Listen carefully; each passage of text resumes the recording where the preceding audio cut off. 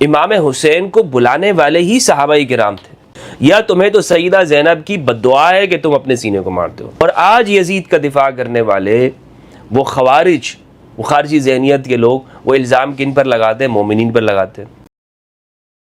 بسم اللہ والصلاة والسلام علی رسول اللہ وآلہ وآلہ۔ السلام علیکم ورحمۃ اللہ وبرکاتہ۔ امید کرتا ہوں آپ لوگ خیریت سے ہوں گے، پروردگار آپ سب کو اپنے حفظ و امان میں رکھے۔ دوستو، یہ کہا جاتا ہے کہ امام حسین علیہ السلام کو شیعہ نے خود ہی کوفہ کی جانب بلایا کہ آپ یہاں کوفہ تشریف لائیے، 40,000 خطوط لکھے، خود ہی بلا کر خود ہی شہید کر دیا، اور پھر آج دنیا بھر کے اندر یہ واویلا مچاتے ہیں، ہر سال غم کرتے ہیں، روتے ہیں امام حسین کے اوپر، اپنی پیٹھ کو پیٹتے ہیں، کمر کو پیٹتے ہیں اور ماتم کرتے ہیں۔ اور حقیقت تو یہی ہے کہ شیعہ ہی قاتلان امام حسین علیہ السلام ہے۔ یہ بات دنیا بھر کے اندر کی جاتی ہے، اس کو ہمارے سنی نوجوانوں کے سامنے پیش کیا جاتا ہے، گویا کہ یہ ایک تاریخی طور پر بڑی ثابت بات ہو۔ یہ ایک ایسی بات ہے کہ بالکل پکی اور مضبوط اور موثوق بات ہے۔ حقیقت یہ ہے کہ یہ بدترین جھوٹ ہے اور حقائق کو مسخ کرنا ہے، اور اس کے لیے آپ کو کتابیں کھنگالنے کی ضرورت نہیں ہے کہ آپ دلائل پیش کریں اور بتائیں کہ جناب دیکھیں فلاں کتاب کے اندر یہ بات لکھی ہے، فلاں کتاب میں یہ لکھا ہوا ہے، فلاں راویوں نے یہ بات کہی ہے۔ نہ اس پر آپ کو مناظرہ کرنے، ڈیبیٹ کرنے کی ضرورت ہے۔ کیا وجہ ہے؟ بنیادی بات یہ ہے کہ یہ ایک مسلمہ حقیقت ہے، یعنی آپ اگر آنکھیں بند بھی کر لیں اور آپ کتابوں کی ورق گردانی نہ بھی کریں، تب بھی تاریخ کے اندر یہ ایک مسلمہ بات ہے کہ وہ لوگ جنہوں نے امام حسین علیہ السلام کو شہید کیا، وہ دور کون سا تھا، اس وقت کے سیاسی، سماجی، معاشرتی حالات کیا تھے، حکمران کون تھا، اور اس وقت میں گورنر، پوری پالیسی اسٹیبلشمنٹ، کون سے وہ لوگ تھے کہ جنہوں نے امام حسین کو شہید کیا، پورے دور آپ کے سامنے آ جائے گا، اور یہ بات آپ کو معلوم ہوگی کہ کنہوں نے امام حسین کی شہادت سے فائدہ اٹھایا، وہ کون سے لوگ تھے، گورنروں کی تبدیلی کیوں ہوئی، کون سے اتالیق اور ماسٹرز تھے جنہوں نے اس سارا یہ واقعہ پلان کیا۔ بہت ساری باتیں ایسی ہوتی ہیں، مثلا ان کو آپ اگر کتابوں کے اندر جا کر دیکھتے ہیں تو آپ کو کنٹرڈکشن نظر آتی ہے۔ آپ کہتے ہیں کہ جناب یہ تو تضاد ہے، یہاں پر جو بلانے والے ہیں وہ شیعان علی ہی خطوط لکھنے والے ہیں۔ حقیقت یہ ہے کہ خطوط لکھنے والے اگر شیعان علی ہیں تو وہ شیعان علی اب شیعہ کسے کہتے ہیں؟ اور اس زمانے کے، اس دور کے اندر یہ لفظ کن پر بولا جاتا تھا؟ اگر ہم اس ساری صورتحال کا جائزہ لیتے ہیں تو حقیقت میں جو بات ہمارے سامنے آتی ہے، امام حسین کو بلانے والے ہی صحابہ کرام تھے۔ یہ ایک حقیقت ہے۔ سلیمان بن سرد الخزاعی، ان کے ساتھ تقریباً کوئی 12 صحابہ کرام ہیں رضوان اللہ علیہم جنہوں نے امام حسین علیہ السلام کو خطوط لکھے۔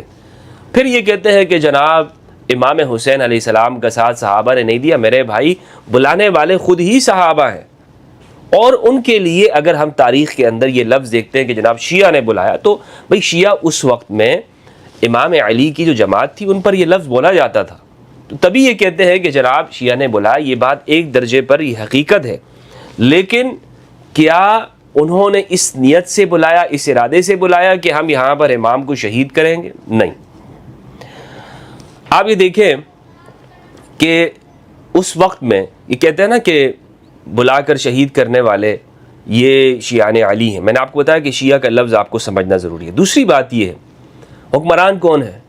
کیا کوئی شیعہ حکمران تھا اس وقت میں؟ شیعان علی میں سے تھا، امام علی کی جماعت میں سے حکمران تھا؟ نہیں، بلکہ یزید بن معاویہ بن ابی سفیان۔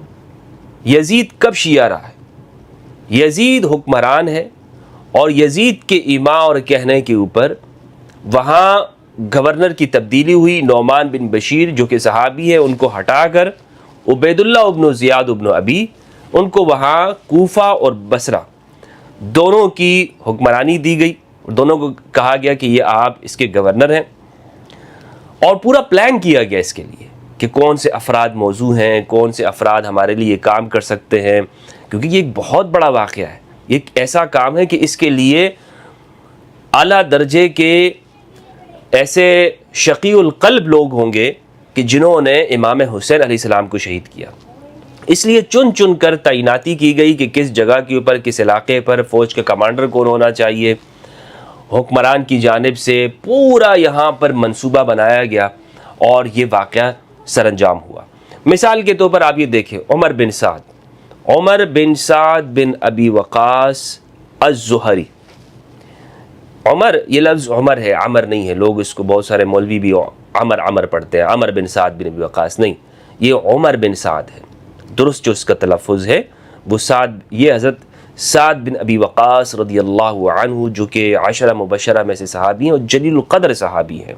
سعد بن ابی وقاص، صحیح مسلم کے اندر انہوں نے امام علی علیہ السلام کے فضائل کے اندر روایات نقل ہے ان سے، اور یہ ان افراد میں سے ہیں سعد بن ابی وقاص رضی اللہ عنہ کہ جن پر یہ دباؤ ڈالا جاتا رہا کہ وہ علی کے زمانے میں مولا علی کے اوپر سب و شتم کرے، لیکن انہوں نے کہا کہ میرے سر کے اوپر اگر تم آرا رکھ کر اس کو چیر بھی دو گے تو میں کبھی بھی علی پر سب و شتم نہیں کروں گا۔ تو یہ سعد بن ابی وقاص، ان کے بیٹے ہیں عمر بن سعد۔ رے کی لالچ کے اندر، رے کی ریاست اور حکمرانی کے لالچ کے اندر انہوں نے امام حسین علیہ السلام کو شہید کیا اور اس بات کو منظور کیا۔ اس نے، یزید نے کہا نا کہ میں تمہیں رے کی حکومت دوں گا، تو جب یہ امام کے سامنے پیش ہوا، امام نے کہا کہ تمہیں رے کی جو فصل ہے نا اس میں سے گندم کا ایک دانہ بھی تمہیں نصیب نہیں ہوگا، اور یہی ہوا۔ بعد میں یزید نے اس کے ساتھ بھی غداری کی، اور دنیا کے اندر یہی ہوا ہے کہ جو سامراجی ہیں وہ اپنے ہی لوگوں کے ساتھ پھر غداریاں کرتے ہیں، پہلے ان کو لالچ دیتے ہیں، طمع دیتے ہیں کہ بھائی ہم تمہیں یہ دے دیں گے، تمہیں یہ منفعت دے دیں گے، پھر بعد میں ان کو نصیب کچھ بھی نہیں ہوتا ہے، کوئی عہدہ ان کو نصیب نہیں ہوتا۔ عمر بن سعد بن ابی وقاص، مجھے بتائیں بھائی، میں اپنے سنی نوجوانوں سے کہنا چاہتا ہوں، چھوڑیں یہ پروپیگنڈا اور یہ حوالے دینا اس کے اوپر، یہ باتیں نہیں۔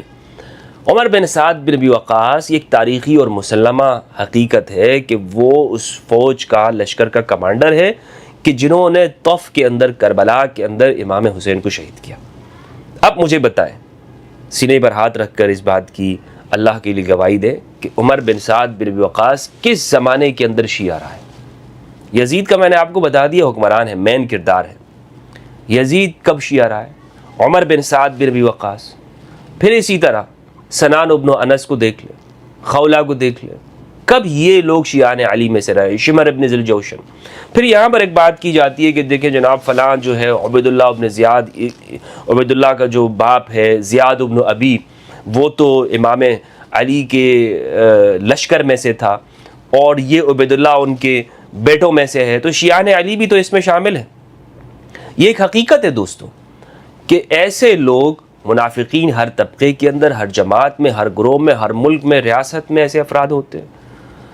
ہم اس پر یہ نہیں کہہ سکتے کہ جناب ان منافقین کی وجہ سے یہ جو پوری جماعت ہے یہ خراب ہو گئی ہے۔ مثال کے طور پر واقع کربلا کے اندر امام حسین کے قاتلین میں سے ایک محمد بن اشعث بن قیس کا نام آتا ہے، محمد بن اشعث کا۔ اب یہ محمد بن اشعث جو ہے، اشعث بن قیس امام علی کے لشکر میں سے، یہ بات درست ہے، لیکن اشعث بن قیس کا میں آپ کو اگر تعارف بیان کروں، پوری حقیقت بیان کروں، تو ایک پس منظر ہے اس کا۔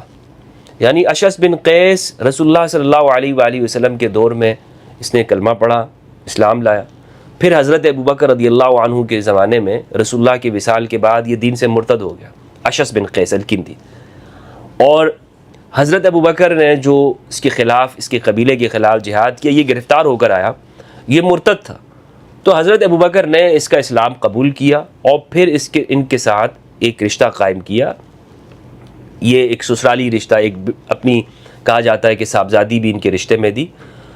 اس کا بیٹا ہے محمد بن اشعث۔ یہ اشعث بن قیس بعد میں امام علی کے لشکر میں شامل ہوتا ہے، اور نہج البلاغہ کے اندر اشعث بن قیس کی مذمت کے اندر امام کا پورا خطبہ بھی موجود ہے، اور یہی وہ شخص ہے کہ جو واقعہ تحکیم کے اندر امام علی کے اوپر ایک لشکر کے اندر ایک پورا ایک گروپ بنانے والا ہے، دباؤ ڈالنے والا کہ امام تحکیم کے اوپر مجبور ہو جائے اور مالک ابن اشتر کی جو کامیابیاں ہیں اس کو پیچھے ہٹا لیں۔ تو امام علی علیہ السلام نے ان کے کہنے کے اوپر تحکیم بھی کیا، اور یہ محمد بن اشعث ان کا بیٹا اشعث بن قیس کا۔ تو منافقین، چونکہ میں نے آپ کو بتایا کہ یہ بعد میں مرتد ہوا تھا اور اس کا اسلام قبول کیا گیا، تو اب میرے بھائی ان سب جو افراد ہیں ان کی زندگی پر آپ اگر نگاہ ڈالتے ہیں، معلوم ہوتا ہے کہ یہ شیعان علی نے پلاننگ نہیں کیا، بلکہ یہ ان لوگوں نے پلاننگ کی جو کہ یزیدی ہیں۔ اور آج یزید کا دفاع کرنے والے وہ خوارج، وہ خارجی ذہنیت کے لوگ، وہ الزام کن پر لگاتے ہیں؟ مومنین پر لگاتے ہیں، محبان علی پر لگاتے ہیں۔ جناب تم ہر سال جو غم کرتے ہو نا، اصل میں تو حقیقت میں تمہارے بڑوں نے ہی امام حسین کو شہید کیا ہے۔ تمہیں کیا حق پہنچتا ہے کہ تم، یا تمہیں تو سیدہ زینب کی بد دعا ہے کہ تم اپنے سینے کو مارتے ہو۔ ممکن ہے کہ کوئی اس بات کو حقیقت مانے، لیکن حقیقت درست بات یہ ہے کہ ان سب افراد کی لسٹ اگر آپ نکالیں گے، فہرست نکالیں گے، تو ایک ایک شخص آپ کو معلوم ہوگا کہ یہاں پر یزیدی ہے جس نے امام حسین کو شہید کیا۔ ایک ایک فرد کے بارے میں آپ کو یہ معلوم ہوگا کہ یہ وہ شخص ہے کہ جس کے دل کے اندر بغض اہل البیت ہے۔ ناصبی، یزید ناصبی تھا، اور جو اس کے ارد گرد کے لوگ ہیں وہ ناصبی تھے، یہ وہ لوگ تھے کہ جو اہل البیت سے بغض رکھتے تھے۔ تو یہ ایک میرا پیغام ہے اور ایک دعوت فکر ہے کہ ہم اس طرح بھی حقائق کو سوچیں، سمجھنے کی کوشش کریں۔ اور ان دنوں میں ابھی آپ دیکھیں گے کہ سوشل میڈیا پر ویڈیوز آنا شروع ہو جائیں گی کہ امام حسین کی قاتلین شیعہ ہے، امام حسین کی قاتلین تو فلاں طبقہ ہے، اور یہ لوگ خود ہی پھر روتے ہیں، ماتم کرتے ہیں۔ بھئی اگر آپ غم نہیں کرنا چاہتے، اگر آپ رونا نہیں چاہتے ہیں، اگر آپ کو امام حسین کی شہادت پر دکھ نہیں پہنچا ہے، تو آپ جھوٹ تو نہ پھیلائیں، دروغ گوئی تو نہ کریں، حقائق کو مسخ کرنے کی کوشش تو نہ کریں۔ تو دعوت فکر دے رہا ہوں میں اپنے سنی نوجوانوں کو کہ اس طرح بھی سوچا جا سکتا ہے، اور ہم حقیقت تک پہنچتے ہوئے حقیقت کے قریب ہو سکتے ہیں۔ اللہ سبحانہ و تعالیٰ سے دعا ہے کہ پروردگار ہم سب کو قرآن مجید میں تدبر کرنے اور اہل البیت کی معرفت عطا فرمائے۔ والسلام علیکم ورحمۃ اللہ وبرکاتہ۔ اللہم صلی علی محمد و آل محمد